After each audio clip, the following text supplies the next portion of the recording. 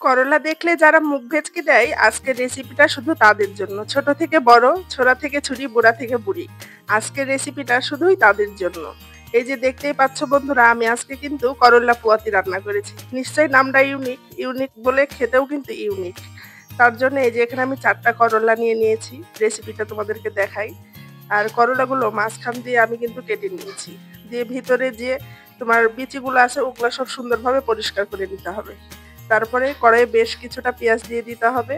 আর দিয়ে দিতে হবে ১.৫ চামচ আদা রসুন বাটা। তারপরে ৪-৫ টা কাঁচামরিচ। তারপরে দিয়ে দিতে হবে সামান্য স্বাদমতো লবণ। খুব একটা বেশি লবণ দেওয়ার দরকার নেই। আর সামান্য পরিমাণ হলুদ।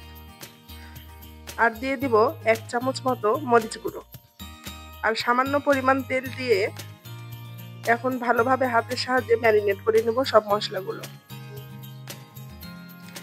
আসলে তোমরা যদি এই করলা পুয়াতি রান্নাটা খাও তাহলেই বুঝবা যে এটা এতই টেস্টি যে একবার খেলে বারবার খেতে ইচ্ছে করবে ইনশাল্লাহ। তারপরে এই যে করলার পেটের মধ্যে মশলাগুলো সব অল্প অল্প করে দিয়ে দিব। এই যে দেখতেই পাচ্ছ আমি কিভাবে মশলাগুলো দিয়ে দিচ্ছি করলার পেটের ভিতরে। ঠিক এভাবে তোমরাও দিয়ে দিবা, চেপে চেপে দিয়ে দিবা, মানে যতটা পারবা আর কি ততটা মশলা দিয়ে দেওয়ার চেষ্টা করবা। এইভাবে এক এক করে সবগুলো দিয়ে দিয়েছি। এখন উপরে আমি পেঁয়াজগুলো ছিটিয়ে দিব, মানে বাদবাকি পেঁয়াজ যতটুকু ছিল ওগুলো উপর দিয়ে দিয়েছি। করলা যেন সিদ্ধ হয় সে পরিমাণ মতো পানি দিয়ে দিয়েছি। মাশাআল্লাহ আমার রান্নাটা হয়ে গেছে, দেখতেই পাচ্ছ। কালারটা এত সুন্দর আসছে যে কালার দেখে মন ভরে যাবে।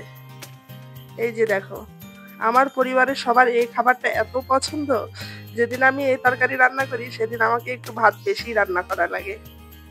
তোমরাও বাসায় এভাবে ট্রাই করবা আর খেয়ে বলবা কেমন হয়েছে, কমেন্টে আমাকে জানাবা।